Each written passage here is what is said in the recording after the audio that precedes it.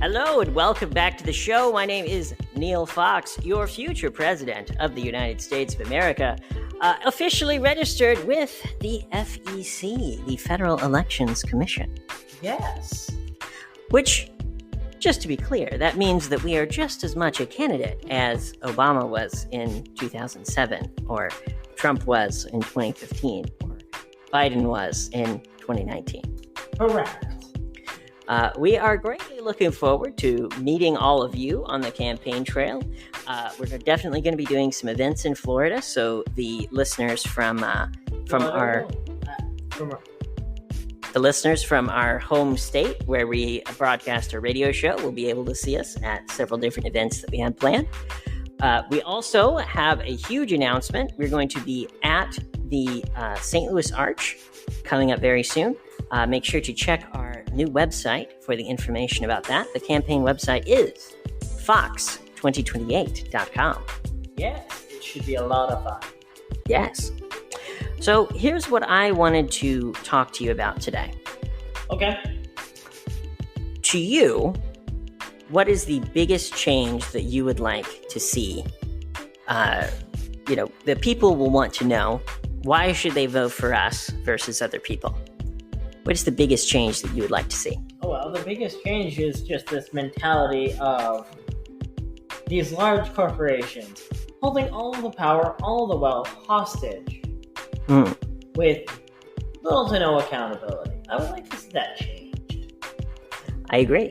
I think that a constitutional amendment is needed to get money out of politics. There is an organization that we are currently working with, developing a relationship with them. It's called Move to Amend, and it is a group that is pushing for an amendment to the Constitution to completely overturn the Supreme Court decision that basically gave corporations unlimited spending power as far as politics is concerned. Yeah, that really needs to end. Yeah. It really does need to just end this insanity of it all. Just unlimited spending power?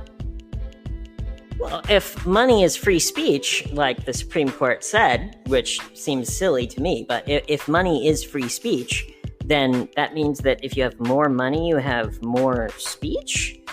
That doesn't make any sense. No, it doesn't. It sounds to me like some of those Supreme Court justices were probably paid off.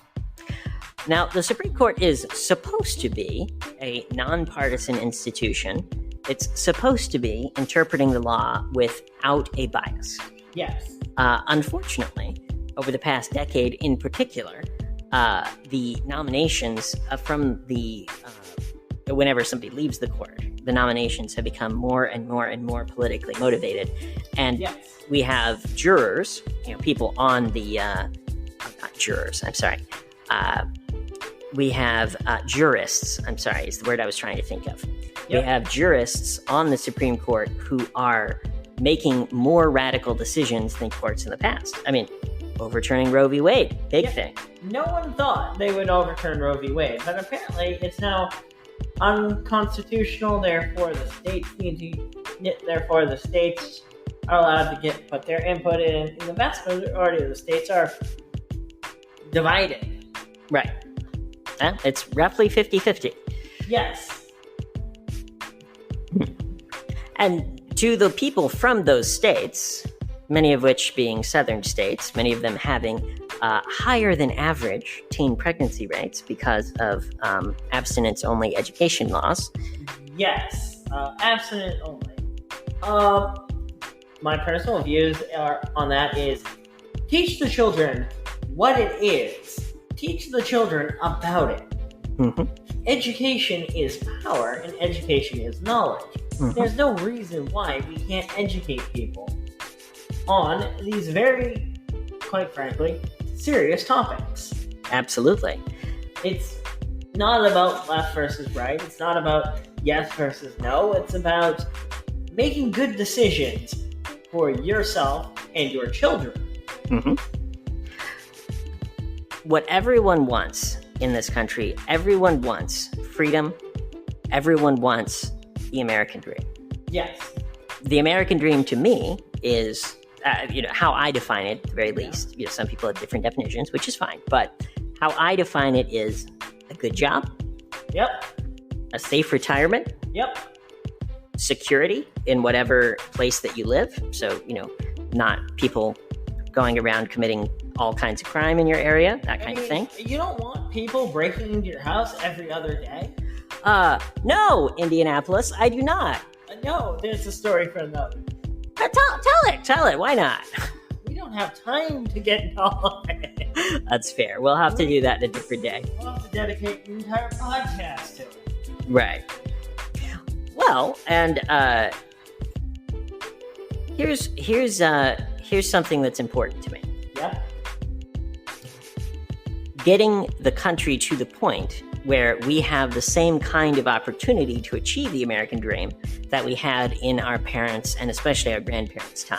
Yes. Well, what made our grandparents and parents' time easier was simply there was more money going around, there was more opportunities going around, inflation didn't hit 3 million%. Right. The capabilities of individuals, there was a bigger need for this independence from the household, independence of self. We don't see that in this generation. Everyone's sitting around until they're 45, it seems. Right.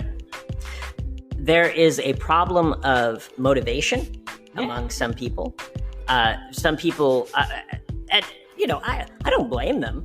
It's a lot of people that we've met maybe they have been working really hard at their job and then their car breaks down and now, I was doing okay. I had some money in the bank and now it's gone. Exactly. It's so demoralizing. Or others. And not having a good time, not being able to cooperate with their parents. They're 17, 18, and their parents don't agree with their lifestyle. Therefore, their parents have disowned them. Right. People who are LGBT, people who are trans, and people who are just in general disadvantaged, so just people at the very lower end of the economic spectrum, are much more likely to be homeless, much more likely to commit suicide, and much more likely to be forced into, and when I say forced, I use that term very specifically because for these people, it is not a choice, in my opinion. Forced to have to do things like sell drugs or become a sex worker, for example, just to get by. Yeah. If the choice is between breaking the law and surviving to the next day, I don't know. It's a tough choice, obviously, but most people that I know would say, well, my personal survival is more important. The survival of my kids is more important. Yeah. The vast majority of people that I've heard that committed, small crimes. Getting by. Crimes that we can all agree are not egregious. Getting by is the better word. Because when I first started at 17, 18, I worked at a restaurant. Sure. Most restaurants are cash only businesses to their employees. Oh, okay. Most Asian restaurants generally pay people under the table. Interesting. Now, it's not talked about. Everyone knows it. Right. But everyone knows it, and it slides under because it's not hurting anything in the grand scheme of things. And it's up to the employee to, make a tax return or whatever. But it's your first job. It's not supposed to be the most detrimental thing in your life. Right. Well, that's okay. To all those graduating high school and graduating college, the vast majority of you have a over expectation of what the expectation is for you when you just get out. Right. Your parents hyped up. Oh, when you get out, you'll have this lovely job here. You'll be able to work your dream job the moment you get out of college. Sure. I'm going to tell this to Americans. American citizens, children. just getting out of high school. Live with your parents till you're 20. Live with your parents for a few years. Work a job, live with your parents, and then move out of the house. Because the family unit, the reason why parents allow their kids to live with them past the age of high school or college is because you're an asset to the household still. Sure. If you're not an asset to the household, yeah, your parents don't want you there and they want you to move out. That's what it is. Either you're an asset to the household or you're a detriment to the household. Well, see, the thing is that the fact is that it has changed in terms of the economic incentives. Yes. So in years past, in, again, parents' and grandparents' generation, when you could go out and get a job that, in today's dollars paid, $20, $30, $40 an hour, adjusted for inflation. Yeah. When you had the ability to do that, it was much easier to move out. It was. Granted, I didn't get a job making $40 an hour until I was almost 25. Right. 26. Right. And the fact that, somebody working in a mailroom back in the day, a very common profession for somebody just getting out of college in the 50s, 60s, etc. Yes, sir. The fact that those paid minimum wage, but the equivalent today would be adjusted for both inflation and productivity would be $49 an hour. Yes. The fact is, I know a lot of people who would move out of their parents' house if they were making $49 an hour or anywhere near it. Oh, yeah. But that's the thing. We, here in our economic situation, not until almost 30 where we're making good money, really good money now, and we're expanding our capabilities. But it took us almost a decade of trial and error and working through the system to where we are now. Right. It did not happen overnight. And if anyone sits here and says, oh, we grew up rich kids, no, we did not. Right. I'm going to end that debate here and now. I grew up being adopted. So, I have made something of myself. If anyone wants to sit there, hypothetically, and say, oh, they're rich kids, they're this, they're that. No. No. Next question. Yeah. And, for my part, I came from a lower middle class family. We never went hungry or, without housing or something like that, but we had many years that were very lean. Yes. I told you about the year that we ate pretty much nothing but instant mashed potatoes. So. Oh, yeah. Yes. If I ever hold a political event in your town, we will not be serving instant mashed potatoes. They are the worst. We will be serving real potato. We'll be serving Idaho potatoes. You like real potatoes, right? Oh yeah. Okay. Yeah. Oh yeah. Just mashed potatoes, delicious. Instant mashed potatoes. Why did you scrape off some dead skin off of an old lady's foot and then serve it to me? I don't want to eat that. Okay. Now that we got our Bunions, delicious.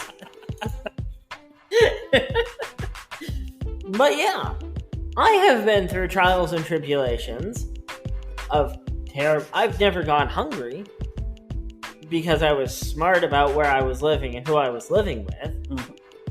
I had to be. You have to be smart if you're going to be living on minimum wage. You have to network. You have to find the right people. You have to do all the side hustles and everything. You have to be smart before you become rich. Mm-hmm. Well, and it's a combination of several things. Yes. It's a combination of will. Yep. Any salesperson will tell you that. If you go into a sale thinking you won't make the sale, you won't. If you go into the sale thinking you will, then sometimes you won't, just for outside circumstances, but most of the time, you will get the sale. Yes. So, willpower does have something to do with it. It is not just society beating you down. That is part of it. But part of it is that will, that, I'm going to make my life better. I'm going to succeed. I'm going to succeed. I'm going to acquire wealth for my family. I'm going to do good in the world. Yes. through fire and flames, I am going to succeed. The wolves are knocking at the door, and I will ride them into battle. Right. And there are other aspects that are important and things that as a country we need to address. So, yes. For example, if I recall the statistics correctly, the average black family has a net worth of $0, and the average white family has a net worth of around $100,000.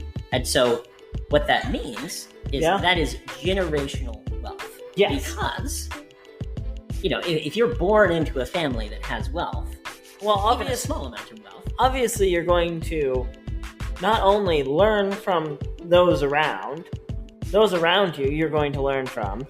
It depends on the types of people that you'll be interacting with. Mm-hmm. If you're talking to people who generally don't have any money, they don't have any money to talk about. Right, and the problems go even deeper than that. Yes. So, one of the things that people who do rise above the poverty of their childhood or their young adulthood, let's say hypothetically someone graduates high school, graduates college, goes to medical school, gets a really good paying job as a doctor. Yeah. If they come from a poor family, it doesn't matter, could be middle of Appalachia, could be middle of Louisiana, could be wherever, it doesn't matter. What often happens is that much of that person's salary goes to helping their family members who are in desperate straits. Yes. And so the same person born into a middle-class family versus a poor family, they might take another 10 years to build up their wealth because, grandma's car broke down and now she can't get to the doctor. Well, I'm the only person in the family with money, so I got to help her out. Exactly. That kind of thing, it's like this. Just taking a statistical average. Yep. A person who is born into some amount of wealth. Again, we're not talking 1%ers here. We're talking anything less than zero, basically. Yes. A person who is born into generational wealth has much more of a safety net for if things go wrong. Yes. So what can happen is, let's say somebody doesn't have money for healthcare. They are not able to go to the doctor. Not able maybe to get a surgery, something that they need. And then 10 years later, it's 10 times as expensive to fix it.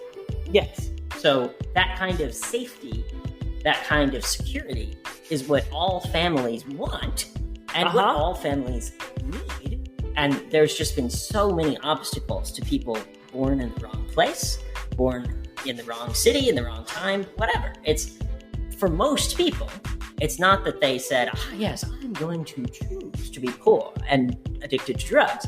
It's they were born into a place where that's the norm.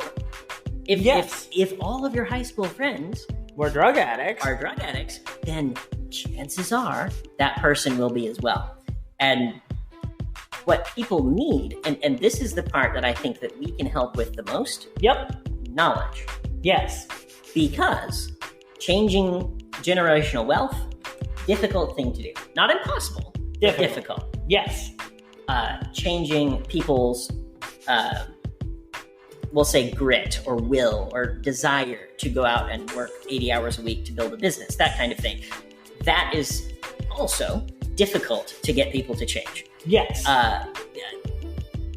Not every person, and maybe they have other priorities. Maybe they have a family, maybe they have to take care of their grandparents, whatever.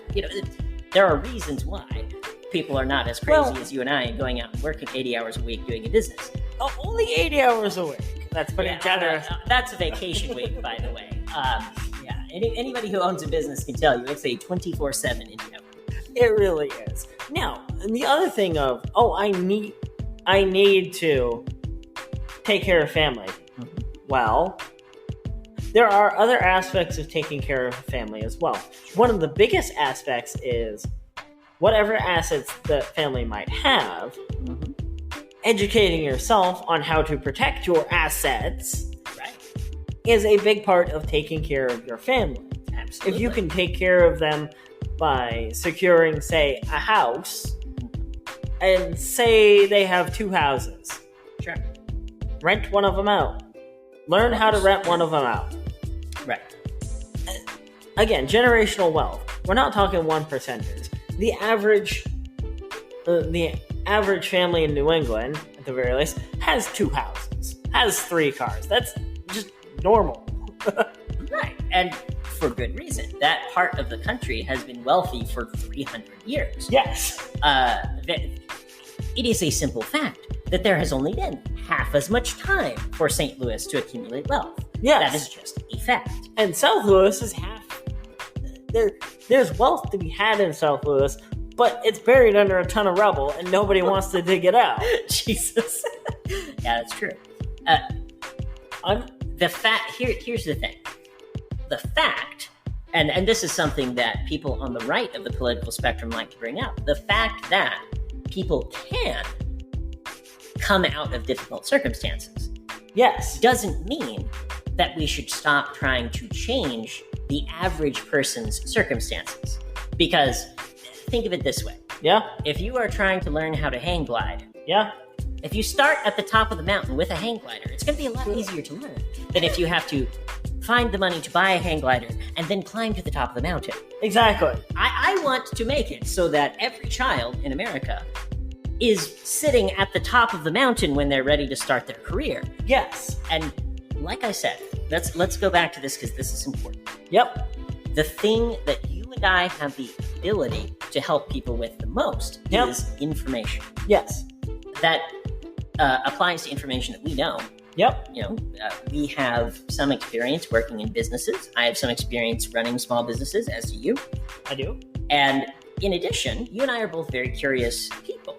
Yes. We enjoy learning new things. That's something that I find a great amount of joy in, and I hope that our listeners can as well. Yes. And so I greatly enjoy learning new weird stuff. Every other day, Neil's like, what are you... I'm not surprised you know that. Dan has a very strange patchwork of knowledge. If anybody's watched that old show, Dan Versus, I love that episode. Dan, where's who built Mount Rushmore? Boots on Borglum, and his son finished it. Why? Okay, what state is it in? I don't know, Ecuador or something? Yes, we've had many conversations like that. It's like, wait, you know how to do what? Mm-hmm. But here's what I would like for our show to become over time. And, who knows how long this will take, but we got plenty of time to do it. What I would like it to become over time is a place where people can go and learn the skills that they need to improve their career and to make more money. Yes. Making money, improving your career, working as hard as you can, getting in the fields that is most prosperous to you. Other things that I've learned on my journey through life is take the adventurous stuff while you're young enough to endure whatever blows there are. Absolutely. Because 25, 30, you're young enough to absorb a blow of, moving from Indiana to, I don't know, Indiana to Russia or something. Indiana or Europe somewhere. Mm-hmm. You're young enough to absorb those kinds of blows, but you're going to learn a lot on your journey. Right. You're going to be introduced to new people, new experiences, new whatever. So be curious about the world. Mm-hmm. If you're in a job right now and if you don't like it, here's the thing. If you don't like it, learn information to improve your situation. And we will go over resume building, and we'll be going over all sorts of different types of topics techniques for job search, ideas of how to put yourself in the best possible situation. So, just one simple example. Yep. Did you know that you are more likely to win your court case if you wear glasses versus if you don't? I did not know that specific one, but I did know other aspects of the court case procedure of if you show up early, if you dress well, and if you approach the judge and say, yes, your honor, and treat them with the absolute most respect, you are much, much more likely to win over the Yahoo who comes in wearing sandals, slippers, bunny slippers. Sandals and bunny slippers? Yes. Yeah, exactly. And so this is the type of knowledge that's not difficult to get. If you tell, and people do, if they go to career counseling or whatever, but maybe you need a refresher. Yeah, if you're going in for a job interview, make sure you are well-groomed. Yep. Make sure you are wearing your best outfit. Make sure that you project yourself with confidence. Yes. Make sure that you give a nice, firm handshake. Look the person in the eye. Thank them for their time. Yep. One of the funniest experiences I had on my job search was I was going in for a surveillance position at a place. Mm-hmm.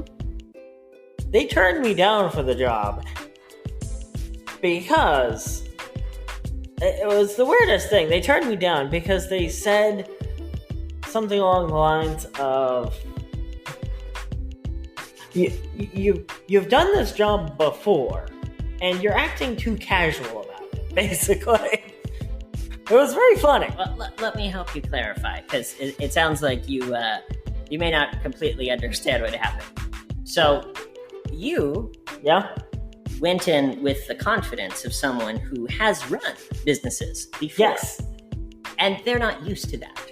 Yes. So you went in with the attitude that you would have at an interview to be a manager, and they were not expecting that. Uh-huh.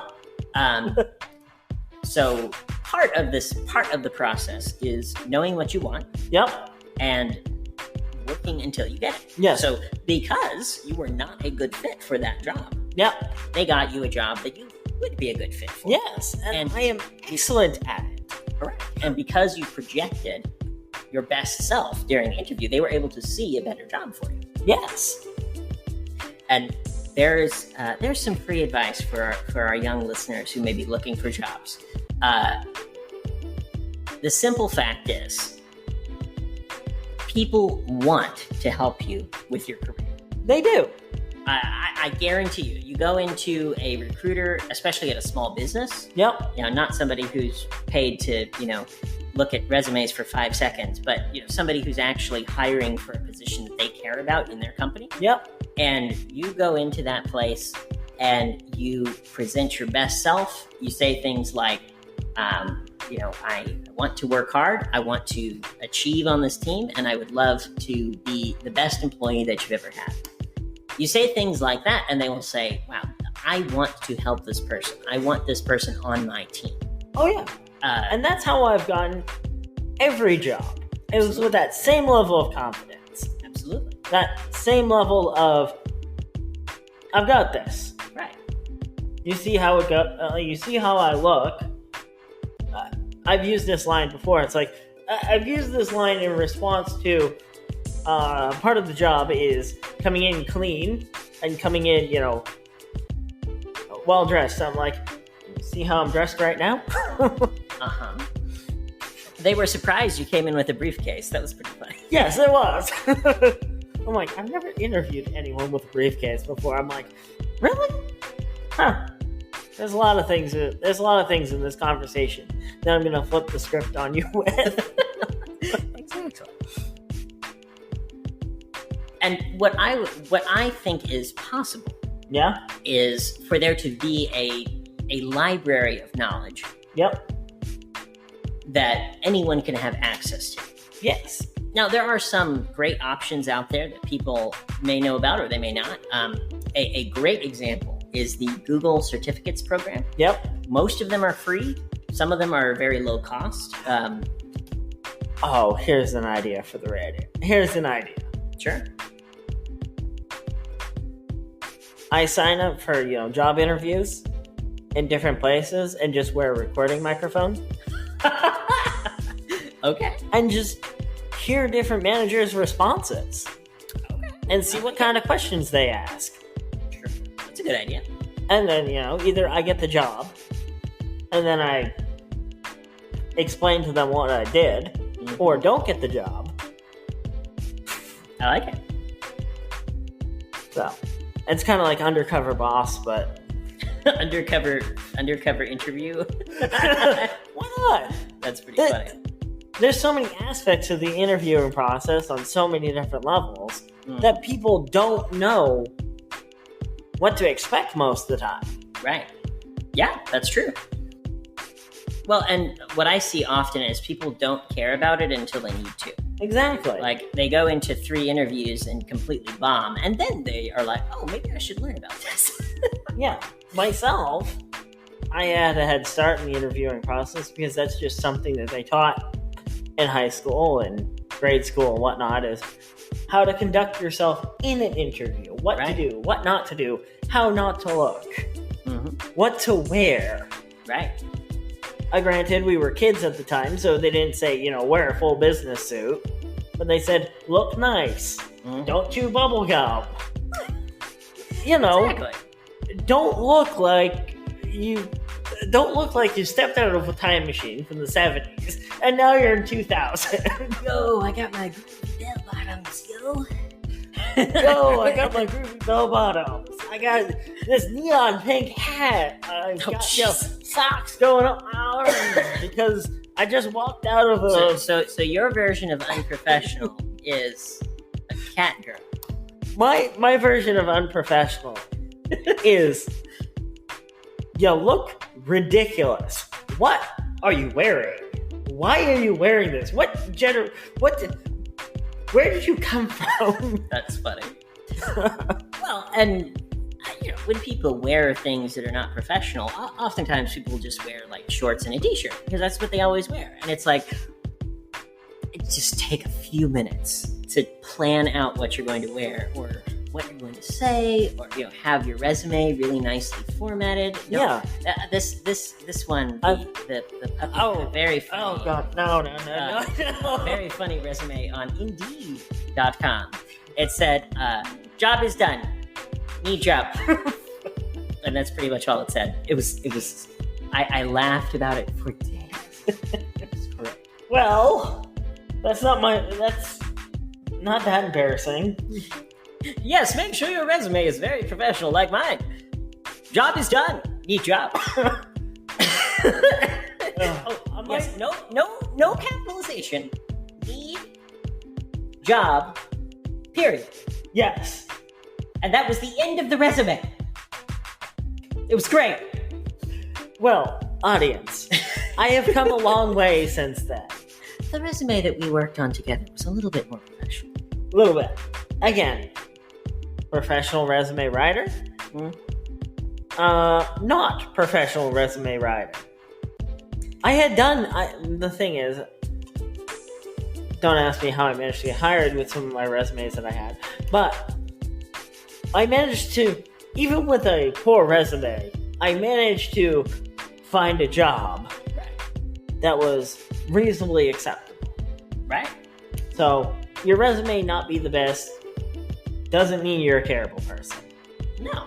And there's plenty of places online where you can get free help. Yeah. So, for example, there's lots of different subreddits about searching for jobs, and people are more than happy to do, a look over your resume and make suggestions. Another one that I wanted to talk about. Yeah.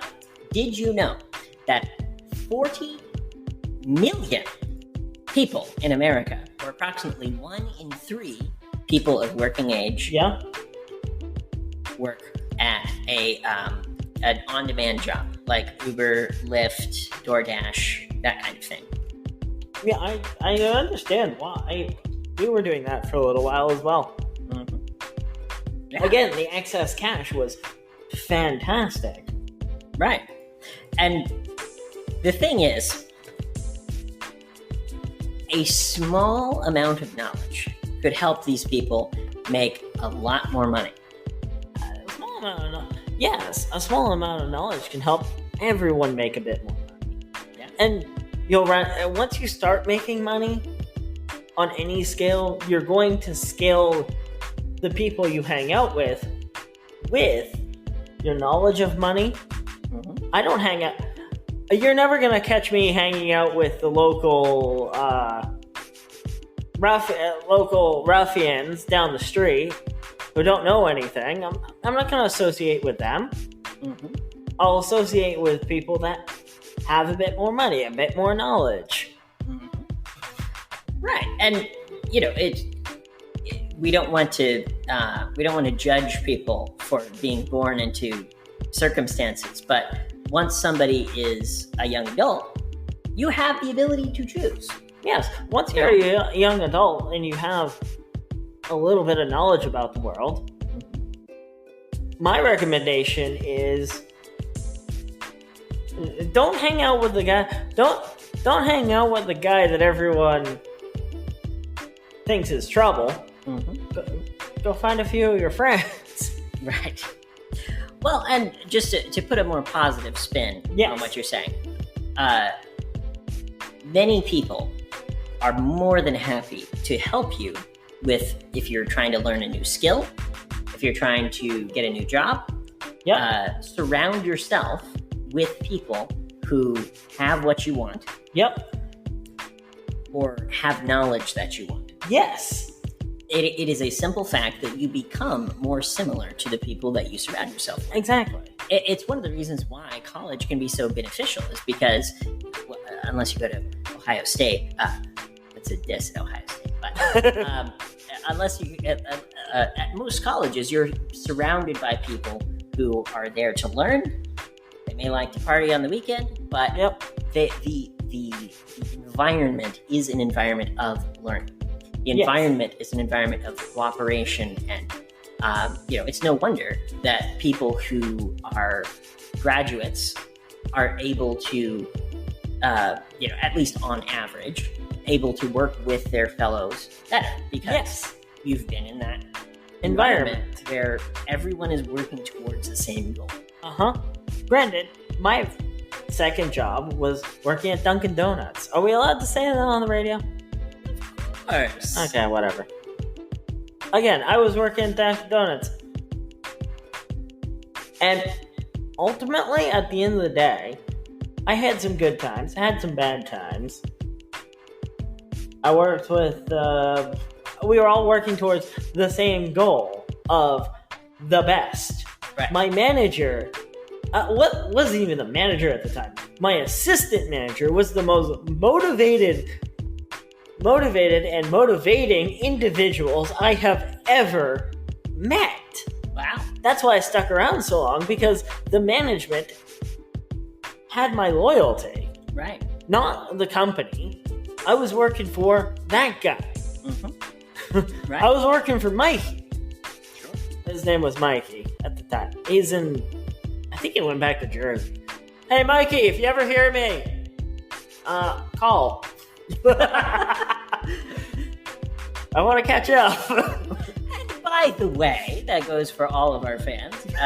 There is contact information on the website.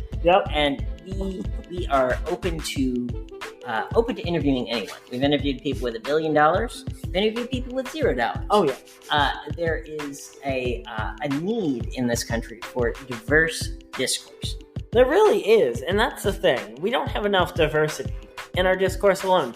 We have people in their echo chambers and talking among themselves, but that's not diversity. That's... I don't even know what you would call that. That would be appropriate for the radio. Well, if you're talking about... echo chambers are a good way to put it, because the simple fact is people like to have their opinions reinforced.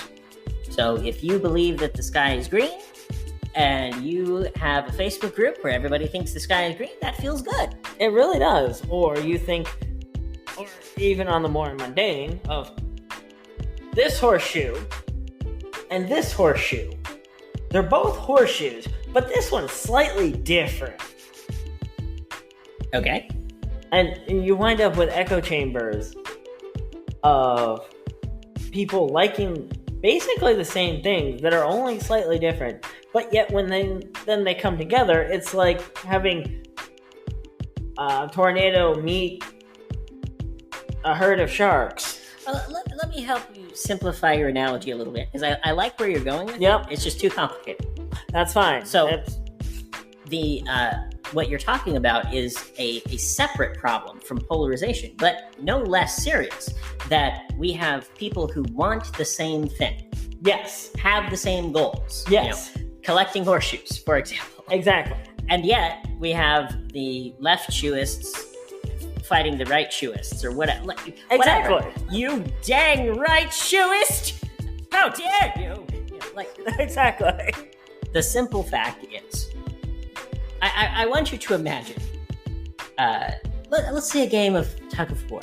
Yes. Okay? You have a game of tug of war where there are 100 different people all pulling in a different direction. And then you have 100 other people pulling in the other direction. They still want the same thing.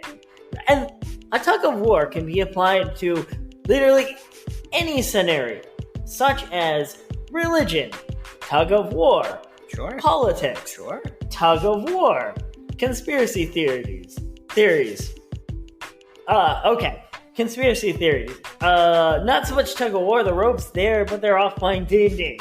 and I would argue, to just elaborate on our analogy a little bit, I would argue that rather than 200 people, 100 on each side, each pulling in a different direction, most of them slapping their neighbor and kicking him in the nuts, I would argue that everyone, and I don't just mean Americans, I mean everyone, every person, is on the same team against extinction. Yes. Correct me if I'm wrong, but we can't have, the things that we all love, like freedom and beautiful artwork and music and all of these things that everyone agrees are positive. We can't have those things if we're all dead. Correct. And so what I see is, let's bring it in with an analogy people may be familiar with, which is the story of Game of Thrones. Yep. George R. R. Martin has said repeatedly that his story is essentially a parable reflecting our modern time, where you have the threat of the White Walkers, the ice zombies. You have the threat of the ice zombies that could kill everyone. Yes. And yet, all of the characters are quibbling about who's going to sit in the metal chair. Exactly.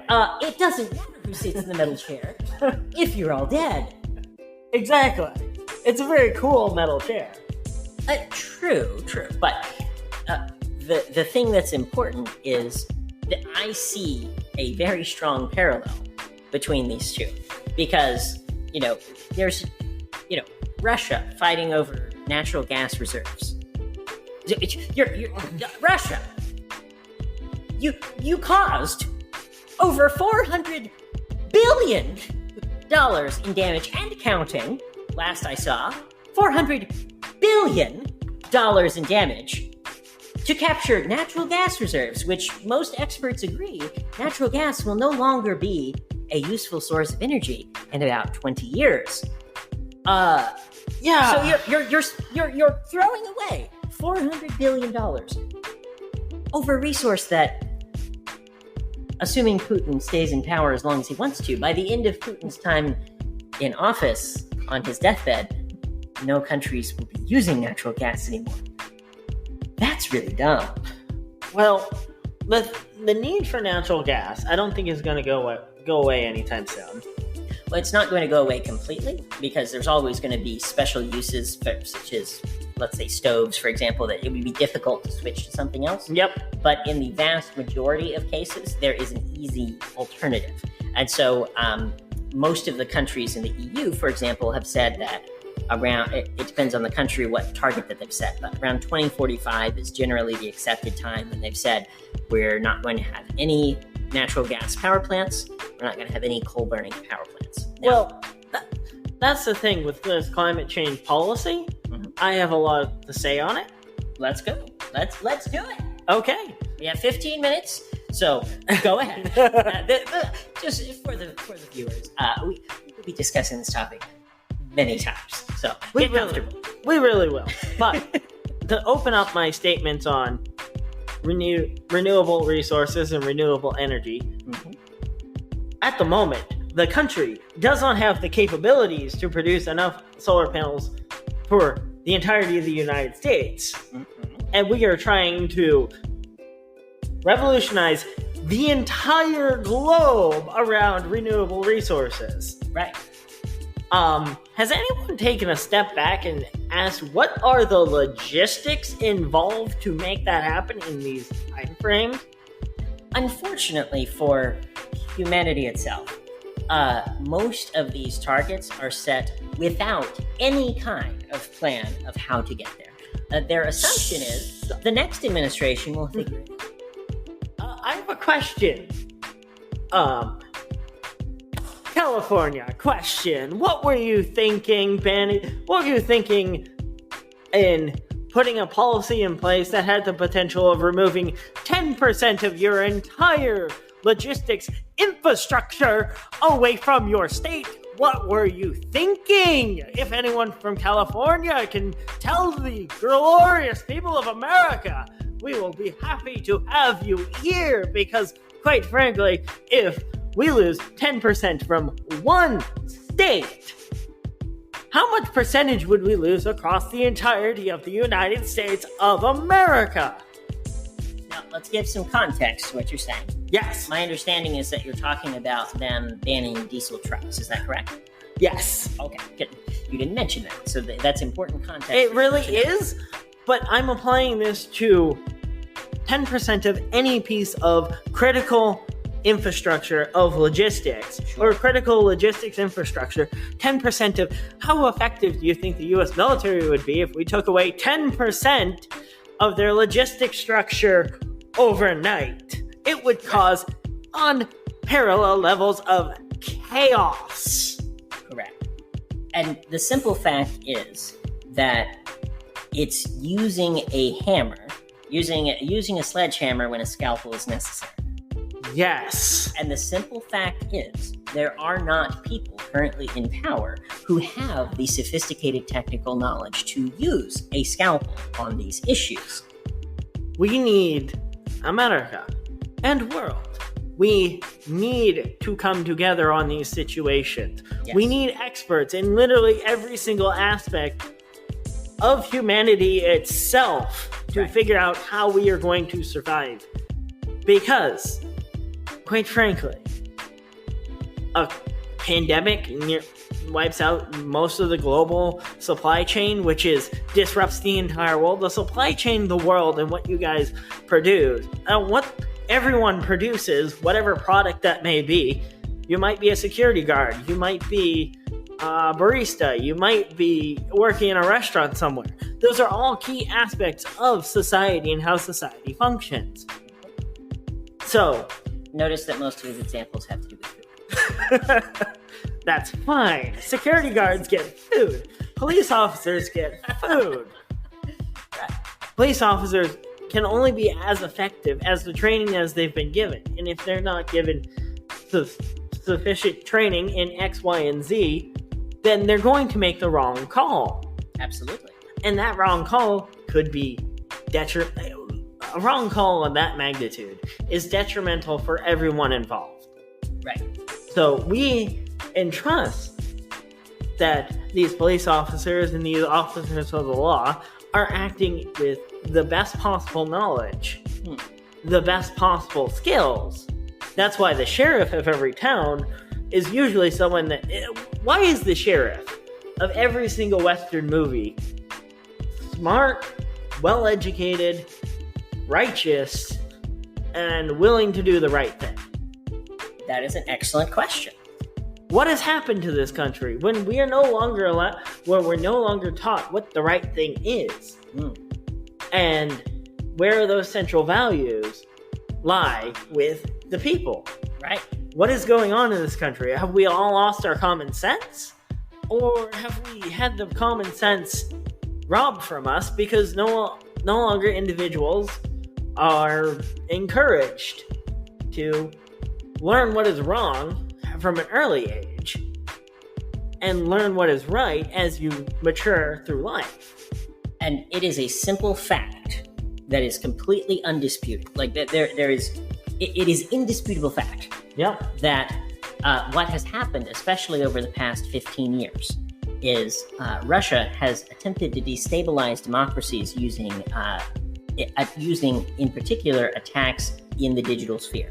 Yes. So things like misinformation, disinformation, fake news. I'm not even talking about any of that. Let me finish. Yep. Hold on. Now, unfortunately for us, other people saw what was going on and noticed that it got lots of clicks and engagement and therefore money, and decided to copy it. Yes. So part of the issue of why there is not a current consensus on these issues is we're talking about very difficult problems. Yes. And a significant percentage of the voter base, as much as 50%, has ideas that are just simply incorrect. And they are being pushed, these ideas, by the tech companies. Yep. Being pushed, these ideas, by, in some cases, malicious actors from other countries. And these ideas make it even more difficult to come to a consensus. Because, as an example, one of the examples that I like to go back to is Social Security. It was somewhat controversial at the time, not anywhere near what we would have today, but the simple fact is that the people of the time took a look at how there were millions of seniors in poverty, and they said, well, how do we fix this problem? What if we just dump a giant dump truck full of money on top of the problem? Yes. And that was a very effective solution to that problem. Buckets of money, it seems to be the American way of dealing with any problem. So why don't we just take buckets of money, take the American citizens, and dump it on the American citizens, and as opposed to governments. Now, getting back to the police and why... Sure. Getting back to the police and why they are underfunded. Mm-hmm. I'm sorry, just because the police force has an armored tank or something, it doesn't mean that the police force is rich. It means that the police force is going through grant programs to obtain training, armor, whatever they may need. Again, a lot of these grants usually take years to get in some cases, but it also depends on the severity and a likelihood of violence in your community. Now, this is one of my favorite things about my co-host, is that he is excellent at getting into the details. But it is important, especially when you're talking about this big of an issue. Yes. It's important to talk about the big picture, yes, and the small picture. Yes. So we've now got the trees. Yep. Let me talk about the forest. Okay? Got it. All right. So, obviously, policing is a very contentious issue right now. Yes. And as I've said to our viewers before, it is important to me to listen to what people have to say. I am sure that my opinion about policing is going to evolve as we go through the campaign. Yes. Because I'll be talking to the people. I'll be talking to people who have had bad experiences with police. I'll be talking to police officers. I'll be talking to people who have good experiences. I'm going to try to get a full picture on the show so that people can make up their own mind. Yeah, same here. But the way that I see it, it is a multifold problem. On the one hand, the way that I see it, it's a multifold problem. On the one hand, you have people acting in bad faith. You have, police officers abusing their power, police officers who didn't go through enough training, police officers who didn't pay very much attention to the training that they did get. Yes. It is unfortunate that, we have people in such high positions of power. You're talking about a person who has the explicit permission to use a firearm, and they typically have around 6 months of education to do that. Yeah. So you're telling me it takes 2 years to become a person who cuts people's hair, and it takes 6 months to get to decide if people live or die. Or maybe we should fix that. Or alternatively, you can go through, 4 years of college, plus your doctorate, plus your master's degree, plus whatever other degrees you want to go with it, to perform surgery. Well, in general, surgeons are much more highly paid and much more skilled than police officers. But I make this very unique perspective because, at the very least, the police officer should have 4 years of training. Sure, that's a good example. 4 years of training, but the police officer's numbers will be decreased. Well, here's how you fix that. Anyone, 4 years of training, but how would they do it? Well, let me give you some examples. Yeah. Okay? So one of the issues that is happening right now across the country, this was a big part of the protests in 2020, is that oftentimes police are required by law, in many cases, to respond to scenarios where they do not have training or they have very minimal training.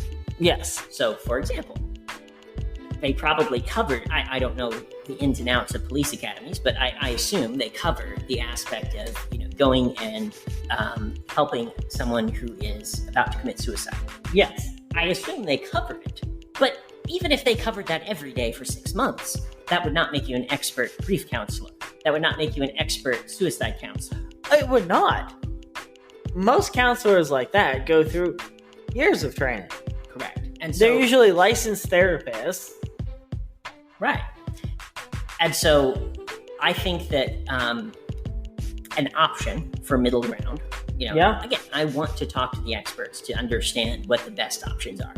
But an option for middle ground is take extra time and then take time for frequent refresher courses of how to deal with a person in distress, how to deal with a person who is suicidal, who is homicidal. There is no reason that we should have, police officers going and literally shooting people while they're asleep. I'm sorry. That's not okay. It really isn't. There are a lot of debates, and there's a lot of specifics that are involved, and I don't want to minimize that. It is a fact that it is a complex issue. It really is a very complex issue. But we can all agree that if we are going to continue to have a system of police like we have, that the people who are doing that job need to be exceptionally well trained. Yes. And they need to be able to earn the respect of the people that they serve. Yes. I've been trying to figure out how to approach this part of the subject because it is very controversial. But it is a fact that policing work is made more dangerous, both for the police officer and for the citizen, by this division between people and the police. It really is, and it's really sad to see. Mm-hmm. But, like we were alluding to earlier, a year's worth of training could be quite beneficial. It's not exactly truck driving. Being a police officer is not the same thing as being a truck driver. Right. You can get a truck driving degree and be good for the entire country on 6 months of training. That seems realistic. Right. Well, you're dealing with a truck, which, doesn't have nearly as many emotions as a human being. And that is all the time that we have for today. We greatly appreciate you stopping by. Make sure to check out our new website, fox2028.com, and we hope that you will vote for us in 2028. Sounds like fun. Stay tuned. See you next time, guys.